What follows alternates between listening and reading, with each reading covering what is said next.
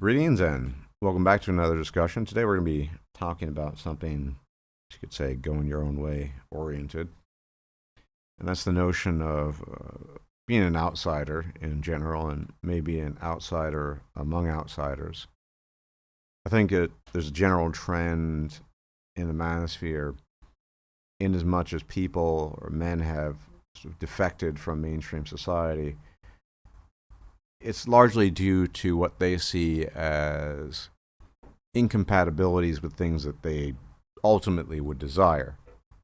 Meaning that many of them, maybe even most of them, would like to have families, they'd like to marry, they'd like to go down the traditional route, but they've weighed out the options, and because of that, they don't think the options are particularly good or in their favor.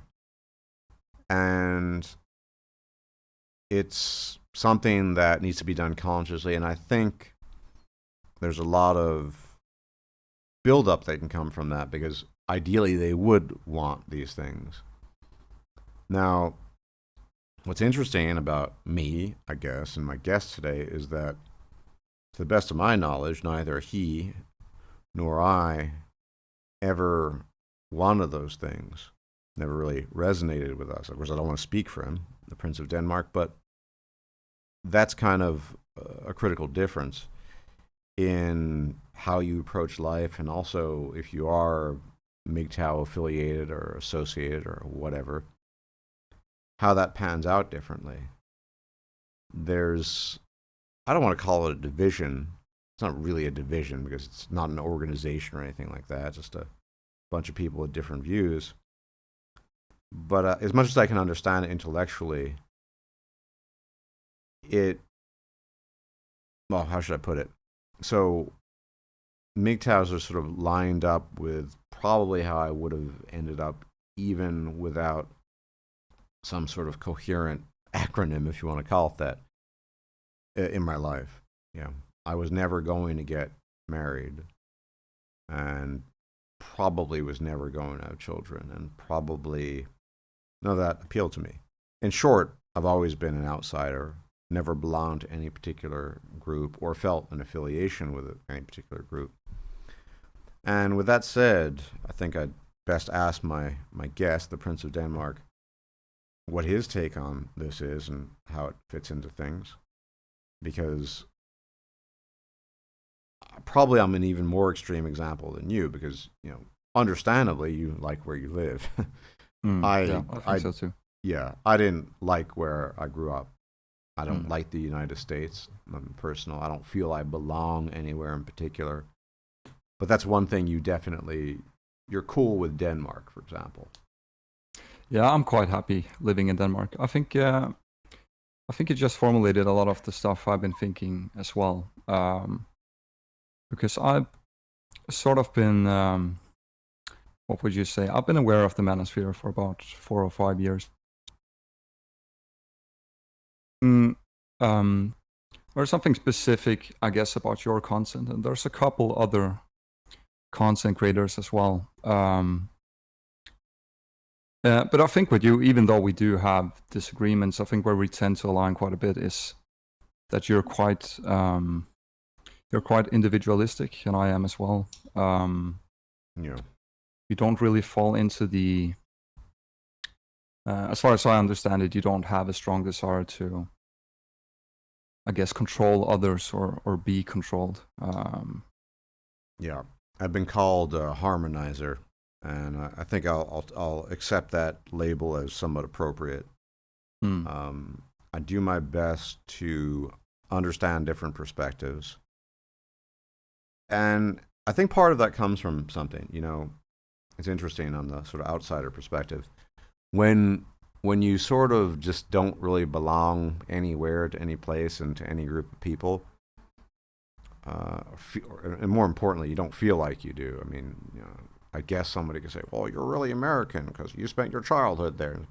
I guess, but it doesn't mean I feel comfortable there or want to be there. But when you're, sorry, go on. Yeah, you're one of the least Americans. I I know. mean, again, I don't have anything against people liking the U.S. It's just not for me. But yeah, I'll take that Mm. as a accurate observation. In any Mm. event, so when you don't feel like you belong anywhere to anything in particular, I mean, I can appreciate things. Um, I mean, not that I would recommend eating all the time, but if you've never had a nice slice of New York style pizza, I'd recommend that one time before you die, at least. But again, when you don't feel like you belong anywhere, you're sort of put in this weird situation where, in a sense, if you want to get through life from A to Z, you're sort of obligated uh, to make your best effort to understand other people's positions and where they're coming from. Yeah, Because certainly. invariably, what I've discovered is there's very little resonance with my view of the world and how I see myself and other people who do feel like they belong somewhere. And there are different layers of belonging. I mean, there are, national layers of belonging. There are community level layers of belonging. Many people, something I don't have, and you don't apparently have very much either, is a sort of ethnic belonging, whatever. Mm. Yeah. Or they're religious as well. There are all these different layers, and sometimes they commingle and they intermix. But when you don't really have any of that, then I know it Mm. might be difficult for the audience to grasp that, or think so. They might think I'm being hyper, but I really don't. It falls to you to understand other people because it really is an assumption and very presumptuous to assume that other people are going to make that effort to understand, frankly speaking, how goddamn weird you are, Mm. right? Yeah. So it's I want to say it's a responsibility. That's a bit much, right? But to say, for example, that if you're the odd man out for whatever reason, it's up to you to ultimately make that effort to understand the people around you if you want to do so. It's optional, obviously, to try to understand where they're coming from. Because one, that's going to help you get along with them better overall. And two, it's I think the only way you can coexist as a strong outsider, somebody who just doesn't fit in fundamentally, with people who do to varying degrees. And I'm doing my best to not sound patronizing. That's not my intention. I mean, I literally just don't fit. Never have. Mm. And I've learned, and it's taken me decades, that because I didn't always have this mentality. I guess when I was a teenager in my early 20s, you you just assume people will have. It's a weird assumption retrospectively, a vested interest in trying to understand your character and person. But you learn in time that's not the case. There are all sorts of superficial guidelines, and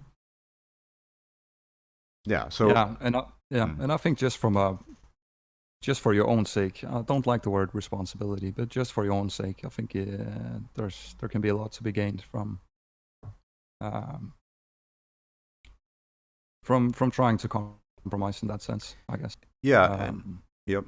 And another element to that, so the harmonizing way of life, so to speak, or trying to harmonize your existence with other people's, is that the stuff that we're surrounded by, the people and their attitudes and what have you, all that didn't get here for no reason. I mean, it was passed on through various means and measures for a reason. I think ultimately, depending on the context, everything can have some value. And so it would be, at least in my view, almost foolish to discount. I mean, I guess politics is sort of the classic. I don't really fit on a political spectrum. I guess some people say you're centrist, but what does that really mean? I'm just trying to say, look, in this case, I think that there are certain right wing, quote unquote, right wing values people associate with the right that can have worth and application, and likewise on the left. And the problem, of course, exists when, or emerges when, people who don't see things those ways just think that what sort of goes against their own natural grain, whether they're right or left, is bad, because that's what we do. We tend to otherize. The other is sort of inherently, for most people, not a good thing and not worth exploring. One, because it takes you out of your comfort zone, politically or otherwise, but also two, because when you have a natural inclination, say, towards a particular ideology, or in this case, a political one, you're going to gravitate towards people of similar mind and bent, and you're going to have no inclination whatsoever to want to sort of reach out across the aisle. And I think that's where things can go wrong, even though it's perfectly understandable, as herd creatures, as animals, we tend to do that. But anyway, I've been speaking a lot, so please go. Yeah, no worries. And I think we see this a lot in the Manosphere too, and that's one of the areas, you could say, where I like your phrase "outlier among outliers." That's what I've been thinking too, actually.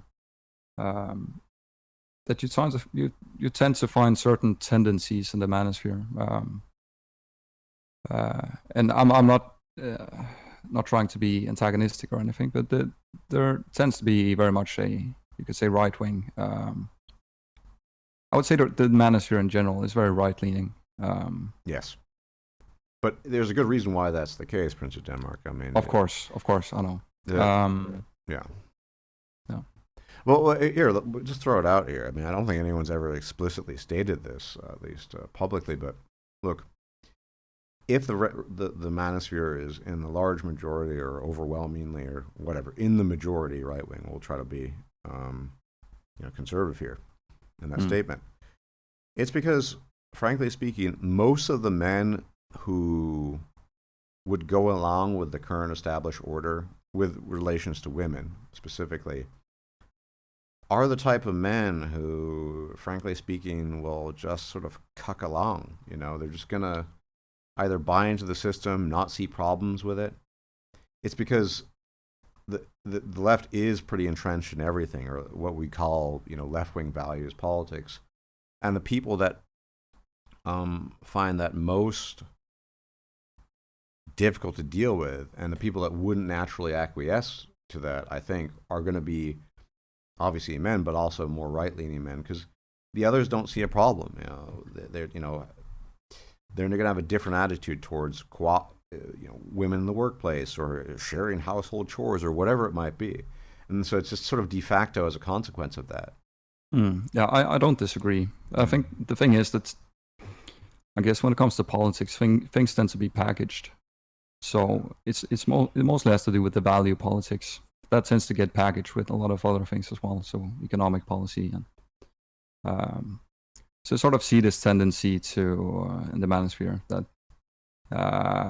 any sort of left wing idea will be there'll be backlash against any sort of left wing idea because of the value politics on the left. Yeah, because I mean, politics has a kind of a new cash value to it almost. It's just that because the internet and how we as herd animals tend to identify with groups, what you say about your politics is at least supposed to be enormously important in conveying who you are. So, I'm thinking it's interesting. Both you've produced trance, and Igor Igaz has as well. Yet politically, you're quite distinct. Now, on the other hand, if you were to say tell somebody about your politics, that you're definitely left wing, I'd say, leaning at least. Yeah, probably. Doesn't tell you anything about your interest in music or music production, any more than it would in the case of the true Hungarian. But all that sort of gets swept aside because the primary point of identification is, oh, you think that, okay, you belong there. But here's the thing: you can't really fault people. It's how we evolved. It's a useful heuristic. You size people up by their group affiliation, political or otherwise. Many people do that, at least. And more often than not, it tends to sync with the expectations that you put on people, I think. Because if you were to encounter somebody who you would describe as far left, you could probably guess some of these values they might have and the things they might think. There certainly is correlation, right? So Yeah. if you take someone who's left wing, you could probably guess with a pretty good accuracy how their views on, for example, gender dynamics would be. Right. Yeah. And then where you would part ways, I mean, I know we had this conversation with that particular female on a few occasions, or I think without going into details, where everything that person and her associates would state is very predictably along, I guess, what you could say is sort of mainstream rhetoric. Well, men and women are basically the same. There's some physical differences, and maybe men are a little bit stronger and faster, and that's about it, right? And that's sort of predictably, that's almost a political prediction. Well, yeah, that, of course you would say that. And then where you might differentiate yourself is that you don't believe that, even though in terms of policy, and that's another interesting thing about politics these days, that very few people talk about policy. Politics has become much more, since the inception of the internet and really in last couple of years, much more about a cluster of professions that you have about your beliefs in the world, what you think is quote unquote good or bad. It's not about thinking, well, here's the advantage of having high taxation in Denmark, and there's a trade-off, of course, and of course the VAT tax is pretty high too, and it has nothing to do with that. I mean, it can, but people don't think in those categories. Yeah, the conversation very much has diverged from specifics, I would say. Yeah, so I think that's a good analysis. Exactly, and so that's how you'll get broken down in the very fast-paced interaction you typically have and encounter on the internet. And I think when you're on the left, it can be a bit alienating because everyone has this view.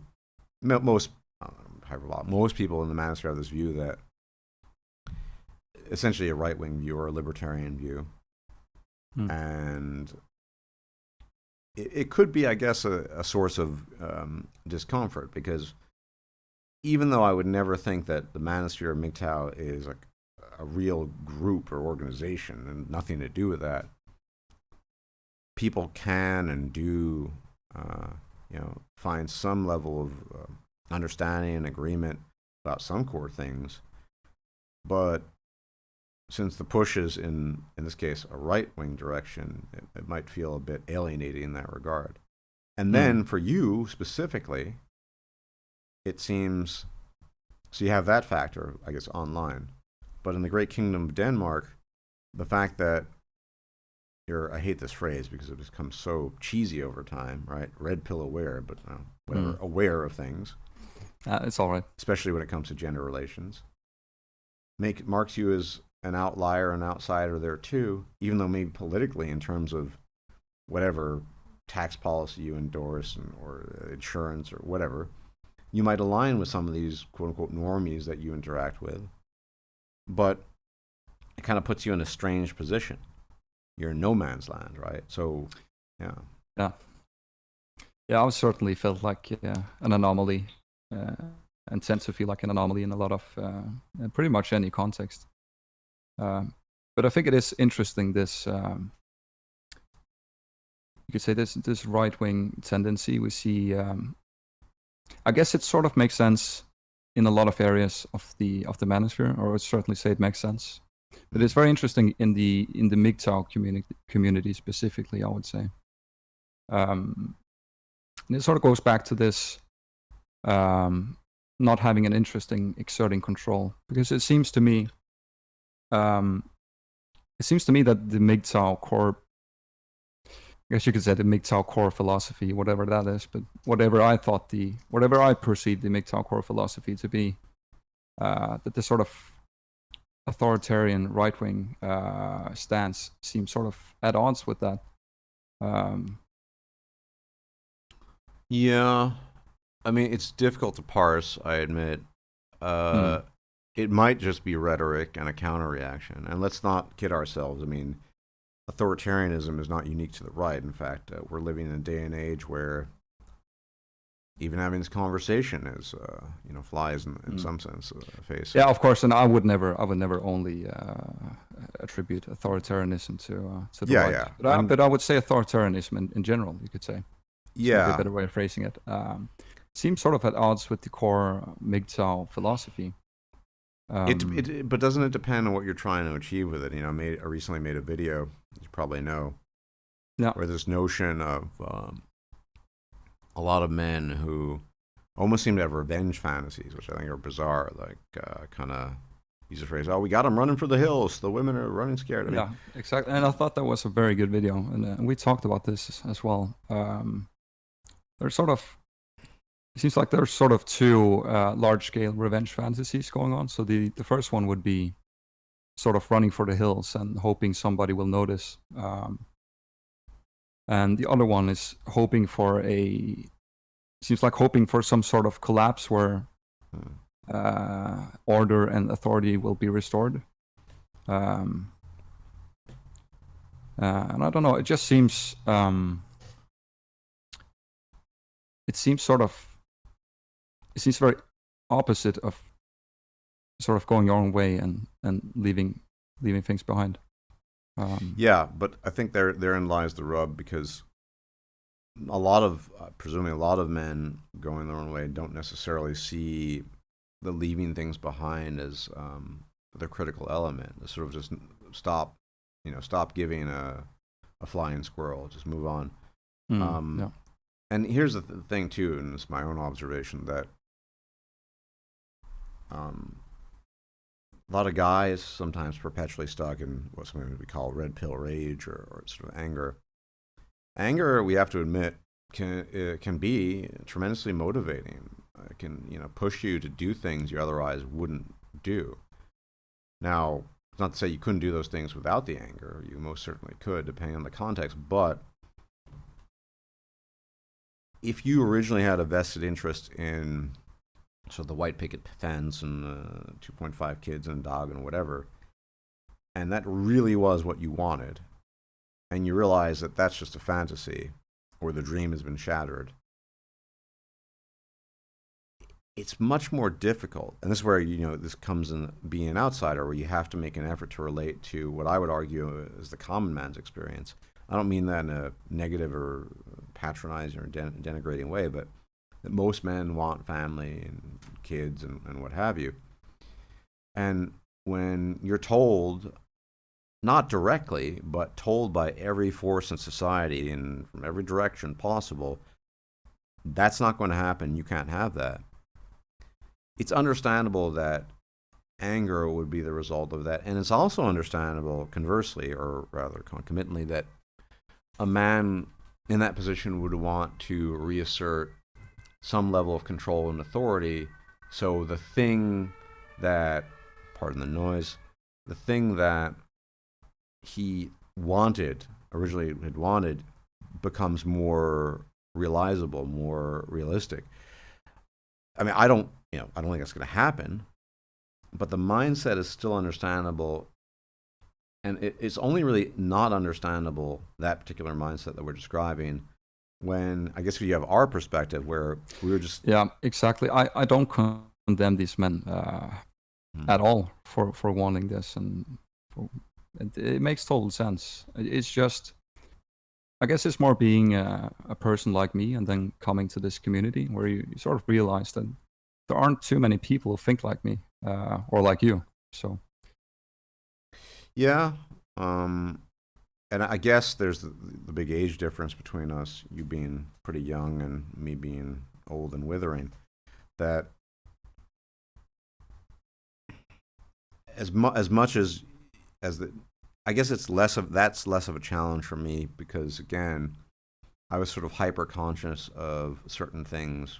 I guess what seems to be almost congenital hyper individualism, along with not really feeling like I belong anywhere or any place or anything or people, group, or whatever, that transitioning to some other, I don't want to call it community, because I don't really think it is, but we'll call it that, community in air quotes. The fact that most people are different and think differently and are I can't directly relate to them, or they can't directly. That's not a surprise at all. Again, it's this sort of. It's just a further step in a journey for me from unrelatability, being an outsider, to a new, just another facet, another aspect of being an outsider. And so I think it doesn't really, it doesn't really bother me. So I'll give you another example that, you have cultural barriers even within this. So everyone knows Barbarossa, I guess the original, the OG. He was there before I was there. And I owe him a lot because, for better or worse, well, actually, he basically got my channel up and running by calling attention to it. And I've always been on friendly terms with Barbarossa, so this is not a dig at him at all. But oftentimes, and I haven't talked to Barbarossa in years, by the way, so I don't know what's going on with him, but just for the record, right? He'd bring up things that just seemed very American to me, and I couldn't relate. Like, I'd catch him maybe driving through, a drive-through, ordering some ridiculous beverage and meal, and I'm like, what is that? And just a lot of things that, it's nothing negative, I just don't share, like his fascination with TV shows, which I just can't replicate in myself. It's not a good or bad thing. It just, he's always had an interest in that, which is perfectly understandable. I can understand why it would be interesting and how it reflects on human psychology. But that particular thing, for example, doesn't really resonate with me. And, I think that's just part and parcel of coming to terms with reality, yes, but your own personal reality as an outsider.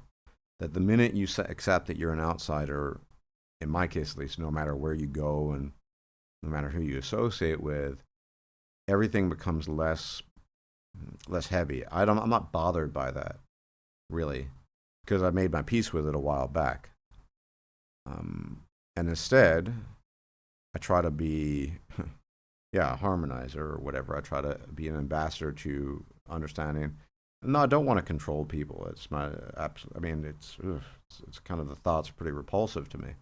And I myself, if somebody, I guess that's my own investment in part and going my own way, I would bristle and be upset if someone were trying to control me. And indeed, in most of my previous relationships with the so-called fair sex, there were elements of control, trying to control me. I mean, one of my earliest relationships lasted close to 3 years, where I had problems with some of the most minuscule, unimportant things in the world as far as I was concerned. So how I folded my clothing and put it in the closet. You think, not that important. Am I an expert at it? No. But I remember distinctly my ex at the time getting really upset repeatedly and taking my clothing out in my own place and throwing it on the floor and saying, you need to you need to redo everything. You need to fold it this way. It's a minor example, but it's an example of trying to exert control. And as time went on and I noticed patterns, there were different patterns, right? Like, you can't do X, and the other one would say, oh, you can't do Y, and the other one would say, you can't do Z. And then some others, even worse, would say, you can't do A, B, C, D, E, F, G. And you just, I think, for me personally, the reason why I abstain completely from relationships, not that I'm claiming, people say, oh, Stardust. No, I don't think I'm an attractive prospect. I'm poor and I'm middle-aged, and so I don't think most women would want me these days. That said, let's assume that there were some possibility.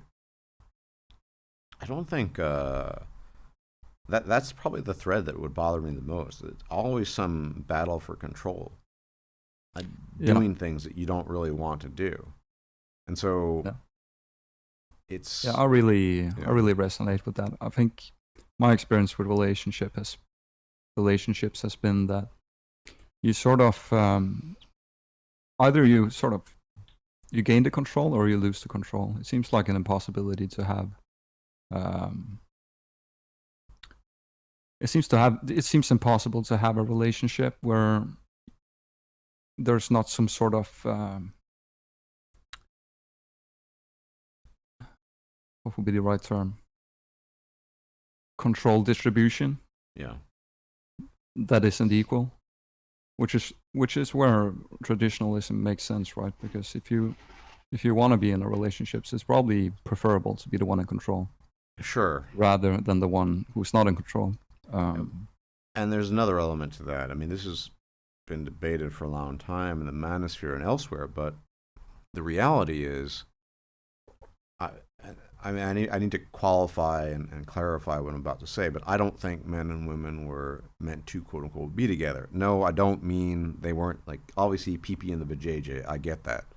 And, reproduction, and I'm not doing some LGBT pitch here, but in terms of long-term coexistence, cooperation, there were a couple of factors in the past that made that a lot easier.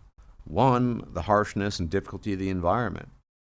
You didn't have time to bicker and fight over, who was folding the clothing properly or what have you, because, frankly speaking, everyone needed to pull their weight in some way and just sort of get by and coexist. And furthermore, I think most of the evidence shows that the nuclear family, praised as it might be, is not what we operated in for most of human history. It was much more communal. And men and women, frankly speaking, didn't spend that much time together. Yeah, you pop the kid out, okay, and then community, immediate family, extended family would help you with things. It was much more evenly distributed. So what we're seeing now is really almost a maladaptation. So of course, in current relationships, male, female, again, as I qualify what I said already, I don't think men and women were meant to be together in that sense. And without the mitigating force of community and externalities, of course it becomes a power grab, because we weren't meant to harmonize with each other in that sense. Now, yeah, there are a lot of people that think about, I get it, PP and the vajayjay, reproduction, of course. But again, men and women have different reproductive limitations and restrictions, and therefore different behaviors that they exhibit. And that's going to create some different outcomes. And I think what we're seeing now really is just largely a maladaptation to the way things used to be for the longest time in human history, where many people are involved, and also much more hands-off. Something Jonathan Haidt talks about a bit. These days, people have one or two children. Well, back in the day, they at least tried to have a lot of children, and that creates a certain bit of independence. The kids, you look at some of these more primitive tribal societies. The kids are 4 or 5, and they're already off on their own doing their thing.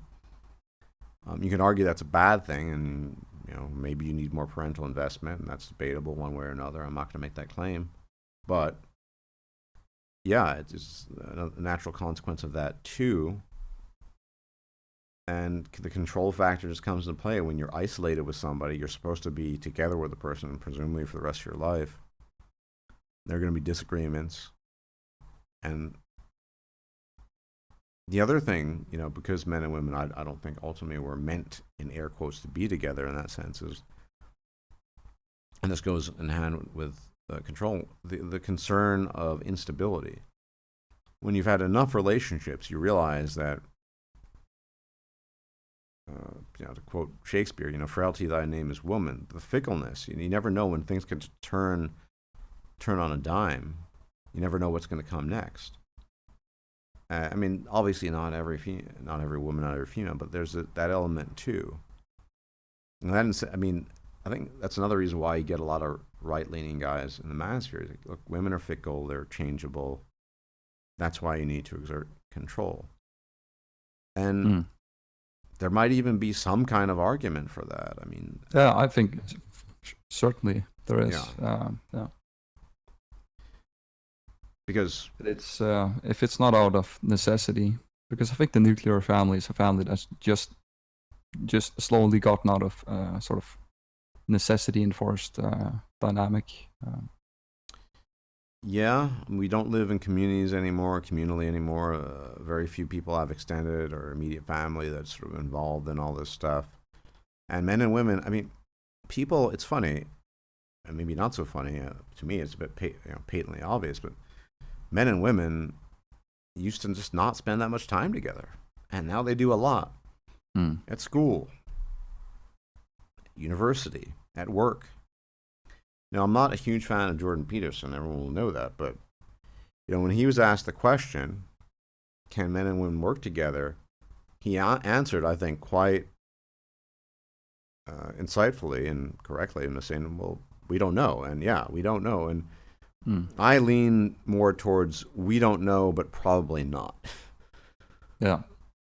I don't think we evolved to work in these types of environments together. Schools tend to be these days almost, not exclusively, but almost universally co-ed. And people talk about conflict between men and women and the problem, we're not getting along anymore. We never really got along to the degree people claim we did in the first place, and two, we didn't spend much time together. Yeah, I think whether or not men or women were meant to be together, it certainly is interesting that it seems the more time men and women actually spend together, the more the relationships tend to suffer. Yeah, and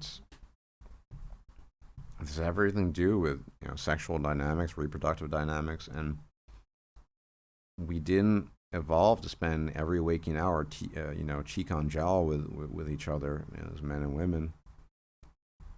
It creates tension, and then something you've been experiencing recently that you mentioned, where you get.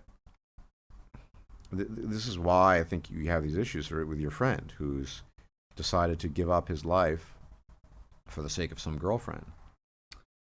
And because think about it, if I'm correct in my hypothesis, which I probably could make a video and offer supplementary evidence, whatever, but that we just didn't spend much time together, men and women, at least to the same degree we did now, then that also implies that men spent much more time together. And I made a video about male friendship, obviously, fairly recently, and that's diminished over time, actively in some cases, in the sense that women try to push men away from their male friends often, not always, but often.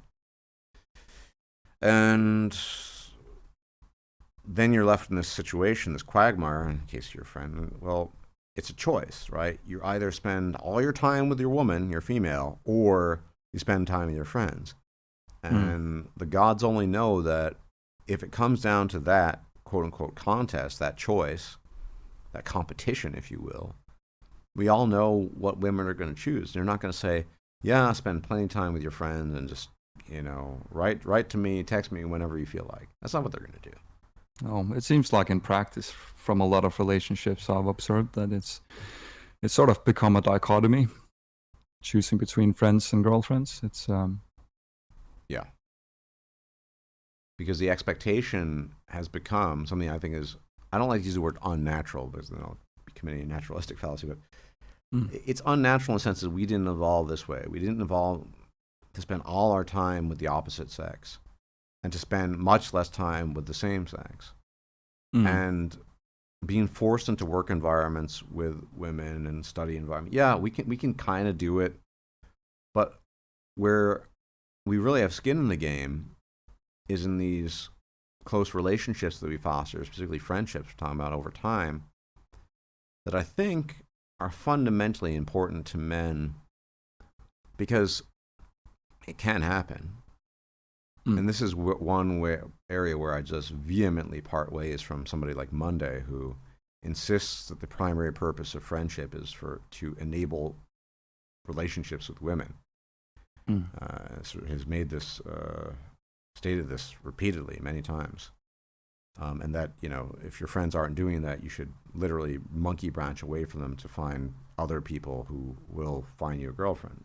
I don't want to get into that too much, but so you have this essential element that more than likely than not, your male friends are going to stick around for you in tough times, but the women in your lives are not, especially when they're young. And so when you're in the situation of kind of either or, it's a difficult situation. One I don't think is, I don't use the word natural, but we didn't really evolve into. And I don't even think it's just it's not even just choosing who you spend time with. I sort of over the weekend I was hanging out with my friend. He came and visited me. And Normie friend, right? Normie friend, yeah. And he spends a lot of time with his girlfriend. Yeah. So, but occasionally he'll have time to visit me. But even if he's here physically, it's sort of, it seems like the choice isn't just where you are physically, what you choose to spend time on. It's even just a sort of allegiance thing, I guess. Sort of. Yeah. Either or. Yeah, sort of mental loyalty, I guess. If I was a fan of football team A and my friend was a fan of football team B, I guess we could sort of hang out at the football club, but there would always be this sort of gap in who you're loyal towards, I guess.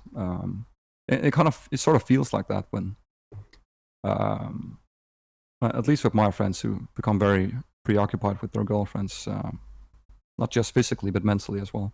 Yeah, but this is the dynamic I'm talking about, where there's a kind of implicit, tacit understanding that you have a choice once you have a relationship, and especially once you have a marriage, but that's somewhat separate. When you have a relationship, you spend your time as a man, when you're not busting your ass or working or what have you, with your girlfriend. And anything above and beyond that, anything extra, that's an allowance that she's supposed to give you, in air quotes. Like, oh, you want to spend time with the Prince of Denmark? I'll let you do that, but only for half a day, and then you come back. Okay, good boy. Then he's on his phone like the whole time. Talking to her. So again, we're in this bizarre point in time in history where something that I just don't think ever really happened. All this times when we're forced to essentially choose between some sort of reproductive relationship, even if it doesn't lead to reproduction. By that I mean entanglement with women as a heterosexual male, and friends. Now, I think that's ahistorical, which isn't necessarily a bad thing, but it just doesn't work very well, because what happens typically, and I think a lot of these guys are in for a rude awakening, is if and when the relationship goes south, all the intention they invested in it, all of that, it's for naught. It's just, okay, what do you have left? And by not cultivating and making an effort to keep their friendships intact with their male friends, I mean, they're left in a pretty nasty place where they're going to say, well, okay, I'm on a relationship, so now we can spend time together again. And it's almost as if, you're second helpings, you're sort of the leftovers. Oh, and I've seen this time and again. So many guys they're in this relationship and they just ignore everything else. And then 3.5 years later, let's hang out and spend. And yeah, it's not a good thing. And he's probably going to be in a rude awakening. Now, alternatively, let's say it does go on forever or whatever you want to call that. Well, then he's just going to be stuck in a loop forever, never realizing essentially that he's been, I don't want to use the word enslaved, but put in chains, and he's lost every other quote unquote meaningful relationship he's had. Yeah, and even given up, we talked about this too, even given up parts of his identity, I think, in order to be compatible with his girlfriend. Yeah, I didn't quite get the CSGO reference. But I know it was very sort of out there, I guess. But the thing is more sort of compromising on interests in certain things. To try to reach higher compatibility with the girlfriend. But yeah, it'll be interesting to see how it pans out. He seems pretty certain that it will last forever. I mean, every young guy deludes himself and is deluded by his hormones into thinking that. That's how we didn't evolve to be reflective about these things, especially when we're young. And another case in point here is, I made a video about this too. We in the Manosphere get so used to quote unquote Manosphere content that we think that how we think about various things, even though there can be huge differences, is somehow normative, and that, you know,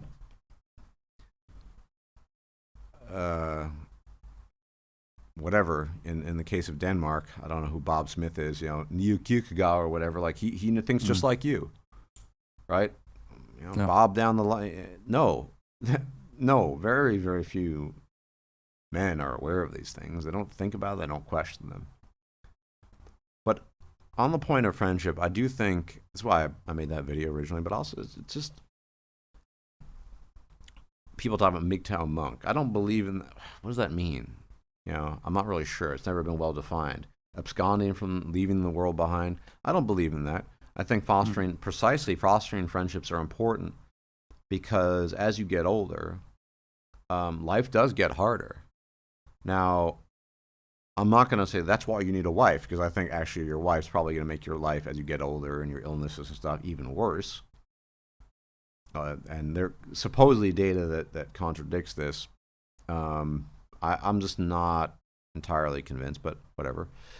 You know, having people in your life that you can rely on is important.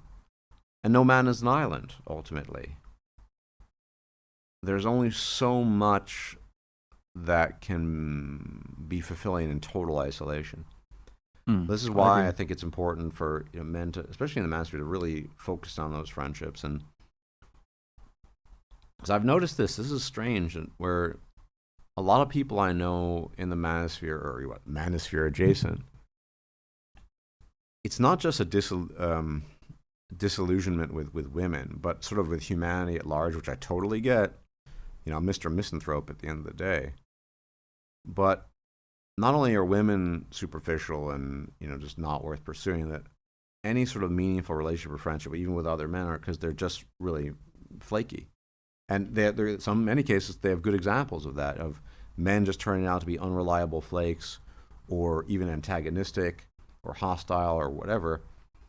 And you have enough experiences like that, then you just sort of dismiss the whole undertaking. And that's another element, I think, that it's risky. It's difficult. But I think ultimately it's important to invest time in these friendships, especially because not just we as weird outsiders, you know, it's all on a sliding scale. You know, you're pretty weird and I'm even weirder. But just being an outsider in general, which I think is somewhat synonymous with going your own way, because you're not conforming, at least superficially, to what people expect of you. Well, who else are you going to relate to? We need to, as a species, as animals, find people of somewhat like mind, because if you have nothing in common with anybody and find everything wholly unrelatable, what's your incentive to hang out with them? Other than maybe a laugh. I mean, do you really want to spend time with a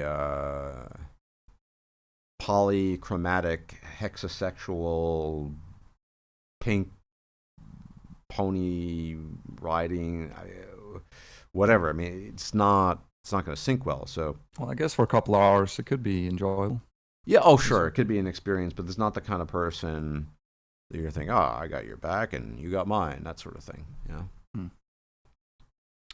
So I think you know, that's an important thing, and it's worrisome for your sake, but also for your friend's sake, even though I don't know him, because the way I'm convinced that men and women just spend too much time together after investigating it and also looking into, you know, formal studies on how, you know, on our evolutionary past of how men and women spent time. This has created this weird dynamic of effectively competition where,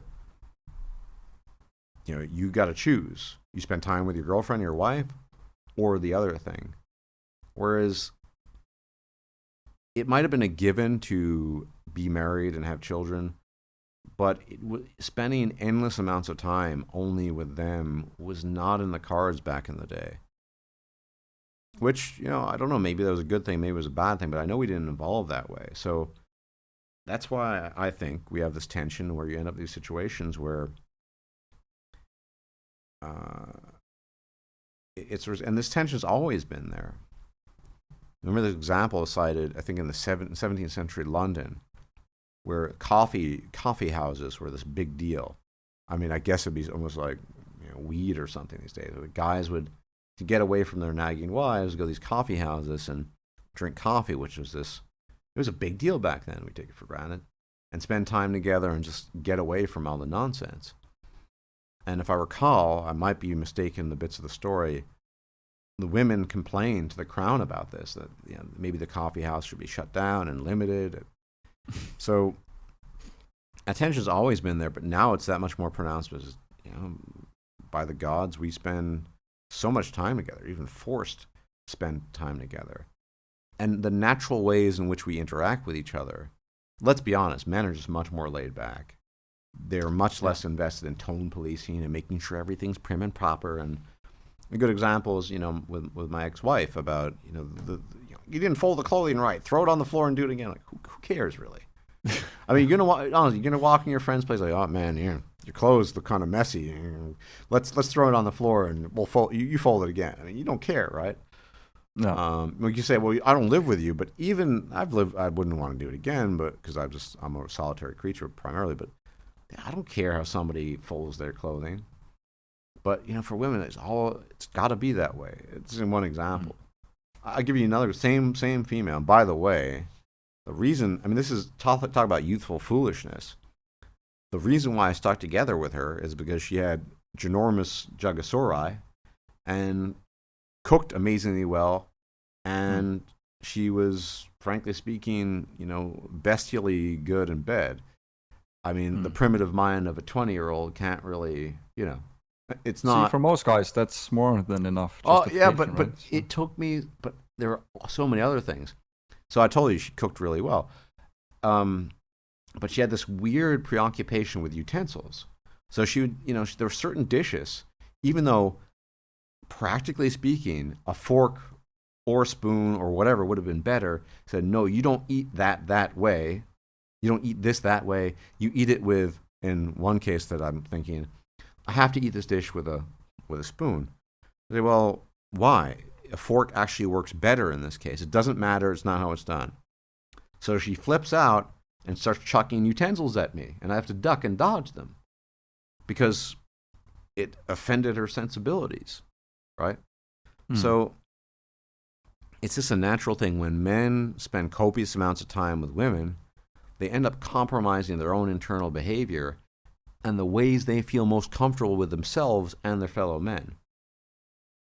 It all becomes a mirage. You're basically engaging in acting classes. So, going to some party or hang out with a bunch of women, and so all the behavior changes. And you're holding back, and you're sort of reserved, and rather than cracking jokes you normally would. Or, there are lots of examples of this. And it's bothersome.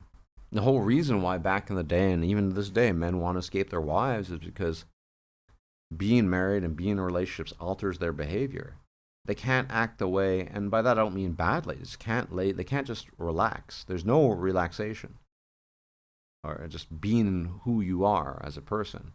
Typically, the people that men can be with the most, as in themselves, are their male friends.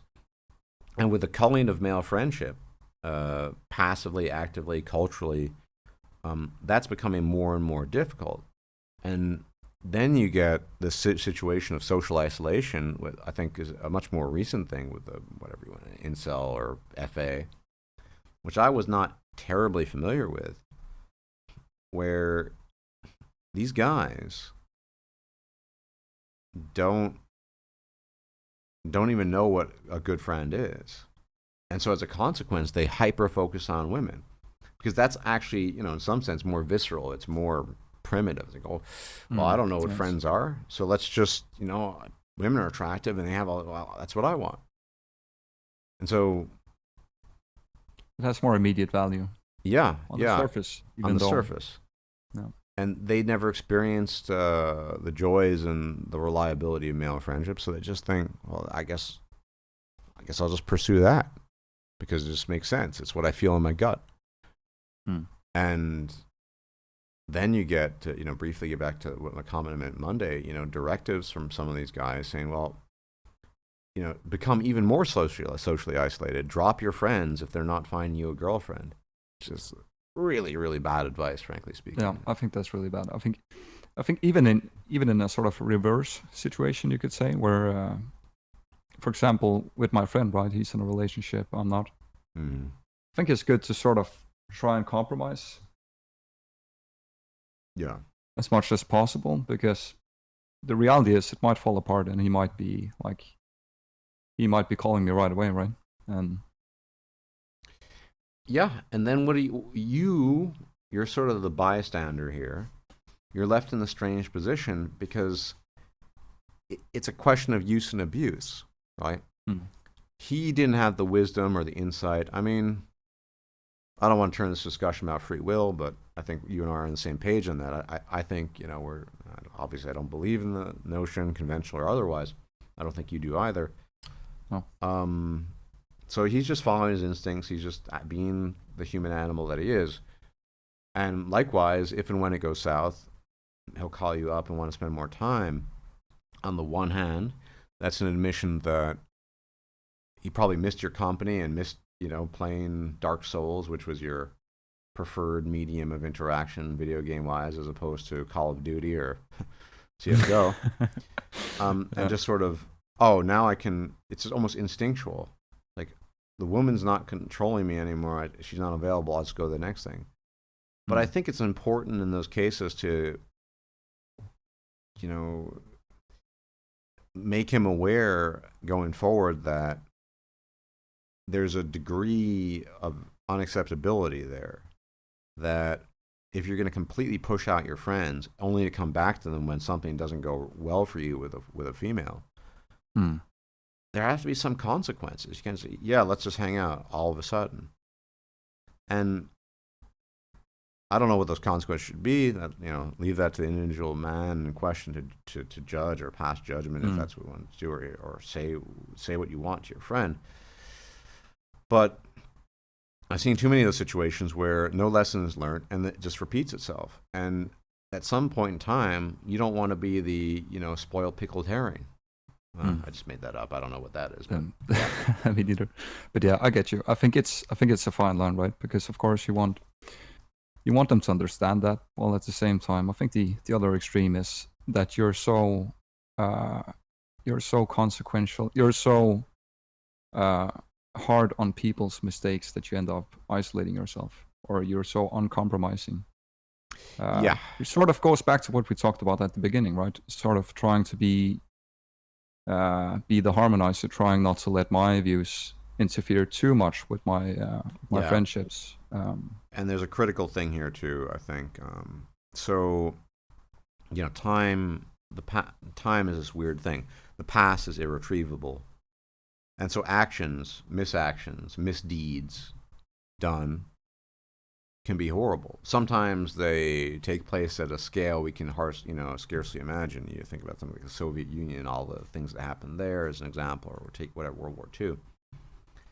But ultimately, the only thing you have at your disposal to deal with the irretrievable past is forgiveness in the present and in the future. And so, whether it's collectively at the level of nations or individually at the level of single persons, the only thing that you can do is, essentially be forgiving. Now, again, that also, harmonizing or not, that needs to be tempered, because there's a point where abuse becomes excessive. And let's say your friend turns out to be one of these serial returnees that I've witnessed many times in my life, not just in my own human relationships, but in other guys I've known who tell me about these stories. So let's say it goes south, and you're cool for a year, and then it's another relation, and it's this thing, and the third time you're thinking, I'm just kind of done with this.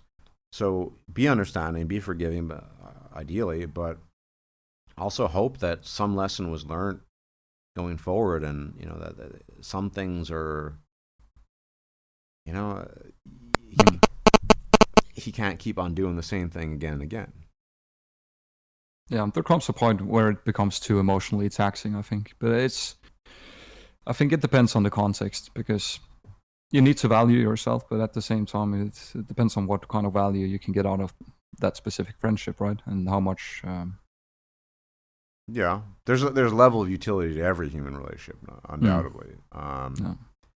So it's up to the individual man, especially the man going his own way, to decide if he's going to cultivate and maintain relationships with blue pill normie men. But I have to say, for my own purposes, being old and what have you, I've just seen way too many of these normie men just walk out despite having been a good friend, back out on various situations. Understandably, in some cases, I get it. I'll give you an example.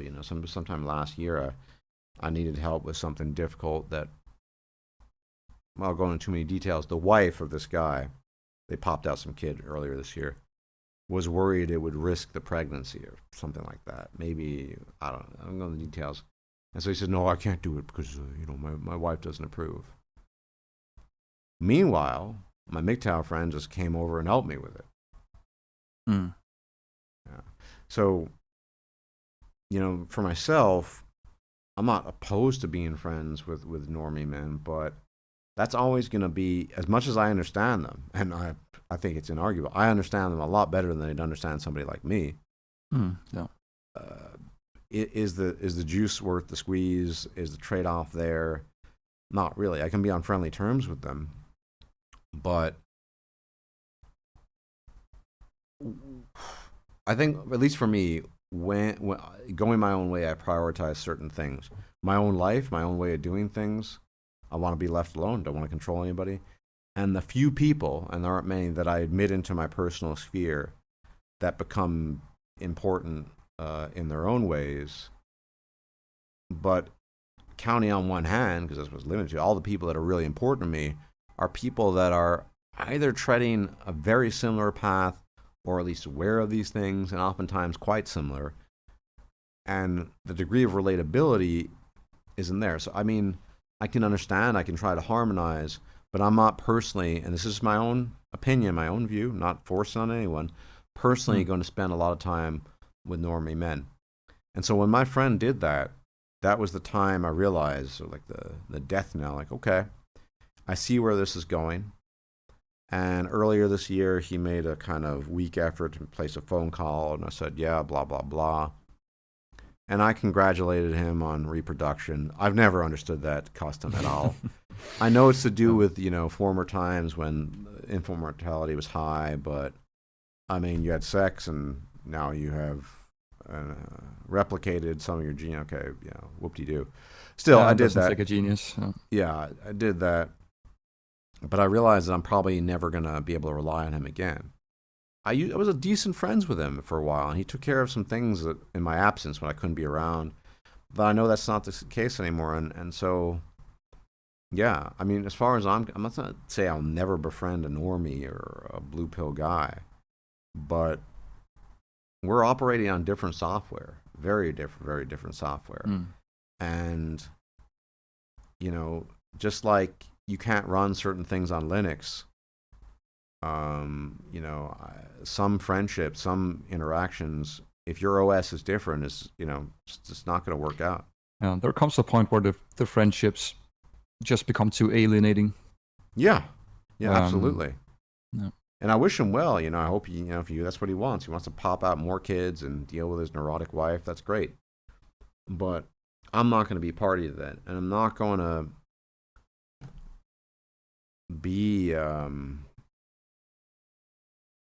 some half-baked option for when he's too stressed out from from his wife, and he wants to, let's hang out, just to get some different. I mean, he always had those kind of cucking tendencies, but so yeah, I mean, sometimes you just got to make that decision. And that's difficult because there aren't a lot of guys who are going to think along those lines. They might be thinking it internally, maybe feeling it. But I think about my own journey, red pill journey, another really cheesy phrase, but right, which I've talked about in the past. But when I was growing up and young, nobody talked about this stuff. There wasn't really an internet. It was in its sometimes infant stages. So there's no platform. Didn't know any of this. It was all just trial and error. It was a mess, really. And yet, I should say, I'm not a prideful individual, but I'm kind of proud of the fact that even my earliest friend groups, I was identified as a quote-unquote misogynist. Because I'd call women out on their BS. I remember an old friend of mine, I just knew it. I knew there was something weird and squirrely and off about his girlfriend. And he was together with her 7 years. So what happens? Turns out, hypergamy kicks in, retrospectively, of course. I wasn't really familiar with the term at the time. He wasn't making enough money. She gets the baby rabies, and boom, she's off and remarries some rich dude, and that's it. And I used to call out this behavior, and I never understood why so many guys tolerated it. And then for me, it was just in the 2000s, especially. That's when it started. Where have all the good men gone, and the magazine covers and what have you. And I just thought, am I the only one seeing this? There's something really weird. Like there's something really weird. But are we in the twilight zone? Is nobody talking about this? Because I felt this all my life. I just thought women's behavior, oftentimes, not always, was abominable, and yet these got away with it all the time. I thought this pretty early on as well, even though I wasn't able to formulate it quite right. But I think, for all the reasons of going MGTOW, I think I certainly have an aversion to being used, or at least the feeling of being used. And I think that's apart from the control aspect. And that just seems like a lot of men like being used, or maybe they don't feel that way. Yeah, I mean that's how we evolved. We're, a man-woman myth, the late man-woman myth. It was there arguably even before Barbarossa once said, women are human beings and men are human doings. And but the benefit, I think the fortune is you don't have to it's a good thing. Older guys like us, like myself, we had to deal with a lot of BS and just be sort of stranded in a wasteland. Am I the only one noticing this? And that's true of so many things. I don't want to get off topic too much, but in the age of information, the first time I did a really long fast, a week plus, I had no idea that your gut flora gets all messed up, and as in it vanishes, and then you have to gradually reintroduce foods that are not going to screw you over. So what do I do the first time? I run to one of my favorite places because I've been thinking about it all day. It's like it's like Asian fusion, whatever. And get this nice salad with a sesame dressing and whatever. And this was about 8 days I did a fast, first time I did it. And having not read up on it, although to be fair, at the time the information would have been available, but nobody told me. I just spent a day and a half shitting out liquid painfully. No sleep, my sleep issues aside, on top of that. This is another example of, having to learn, I guess, hard knocks. It's really great that the young guys have this access, as an example, sort of an additional information about all sorts of things, and they don't have to feel, and I think that's where, if you want to say it's a community, any notion of community comes into play, because me growing up in the 80s and 90s, there was none of that. Is the best, can't live with them, can't live without them, gotta keep on trying there, bucko. And there was nobody to talk to, because every other guy you talk to, the same as, I guess, keep on, I know what you mean, but nobody, there was nobody saying, that's what's going on. I know, even now, these people probably listening to this, there are going to be guys out there with these aha moments that are just going to resonate with them. And that's one thing that binds us all, I think, ultimately, whatever our differences, outsider, yes. Yeah, for sure.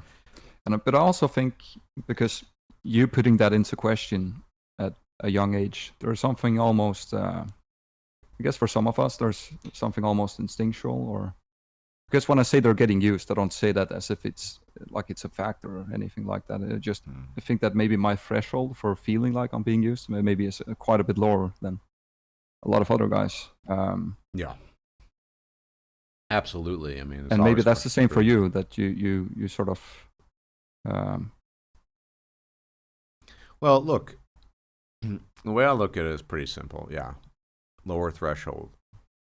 I get it. You know, we all evolved a certain way, and women evolved a certain way, and women evolved not particularly to care very much about men other than for superficial reasons. And reasons that are deeply tied to reproductive pressures and selection pressures, okay? But I don't want to deal with that. You know, if I'm going to deal with someone in a close, you know, emotional, whatever, intimate setting, and interpret that how you will, I want to make sure that the person is on board with treating me as a human being. And if the person's not capable, which, you know, most women clearly are not, why would I want to deal with that? I get it. That's the biology. You know, a grizzly bear might chase you down too. It doesn't mean I'm going to go out hanging out of my way to hang out with grizzly bears, because frankly speaking, it just isn't really worth it as much as I understand it. So yeah, my threshold is really, you want to deal with me in a real way, you got to treat me as a human being. And if you're incapable of that, I don't blame you. I'm not even angry, but piss off, and I'm not going to deal with you. And that's kind of why I just don't deal with women. Yeah, and therein comes the individualistic aspect. I think the low threshold for sort of either being treated badly or feeling like you're being controlled. Or... Yeah, and this is why I'm a freak and a weirdo, among others. I didn't even when I tried to superficially pursue the path, like I'll get a degree in this and then I'll try to get a career, and I didn't even know why I was doing it. But I observe other men, even some red pill men, blue pill men mostly, normies.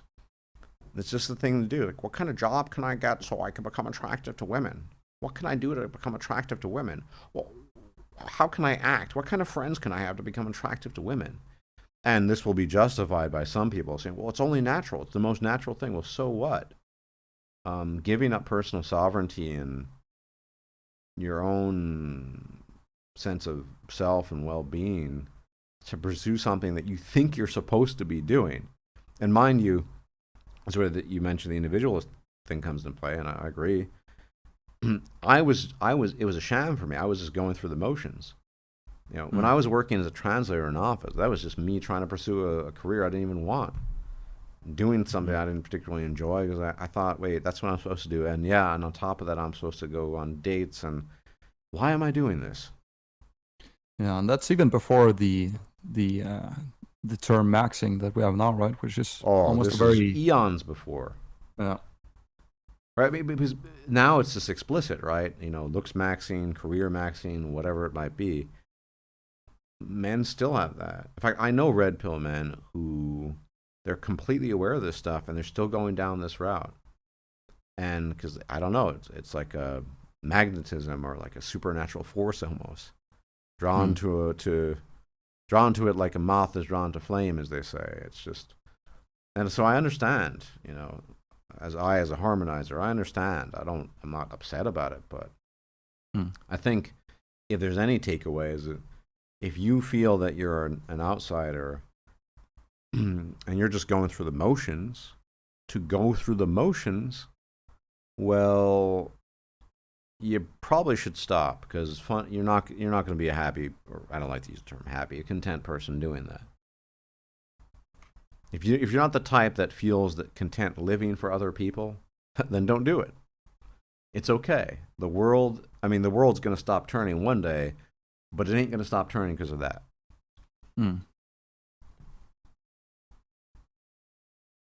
No, I agree. And it's I think that the current age we're living in really is geared towards people are going to have a certain mentality regardless. So for natural outsiders, lone wolves, whatever, that's going to become that much more pronounced. The awareness of that will too.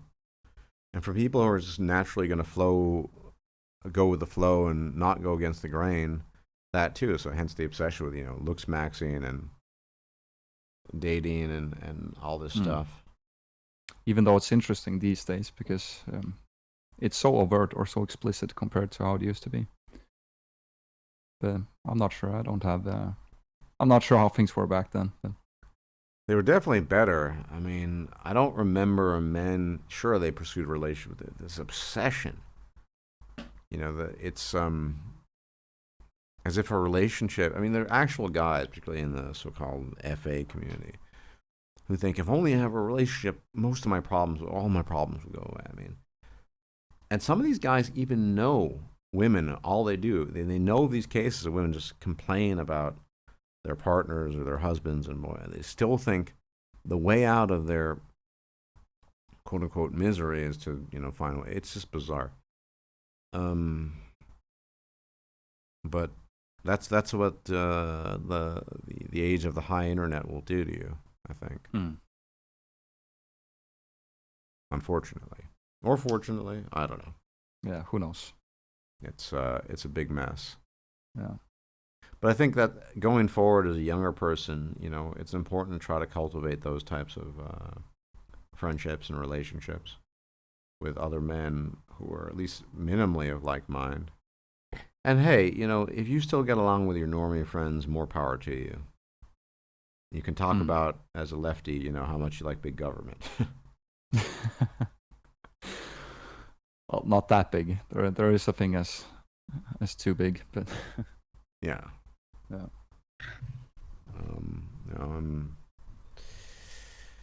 Yeah, I think that's really the core of it.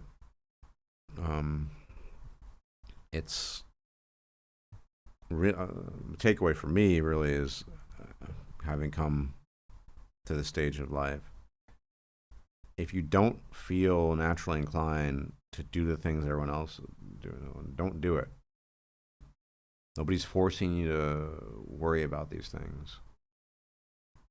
Now, the final point I'll make is that some people who don't try to harmonize and understand will assume that type of attitude is all up front, like secretly pining away for women. No, some people really are that different. Some people really are that weird. And yes, some people are that different from you.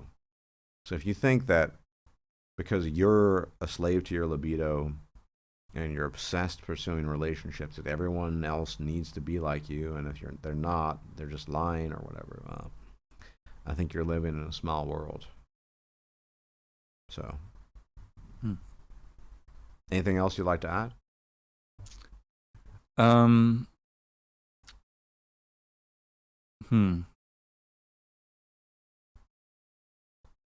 Well, not really, besides maybe the fact that I guess none of this is meant to sort of moralize people, or I don't really care what people do. So yeah, I don't frankly either. I guess that's the kind of live and let live attitude.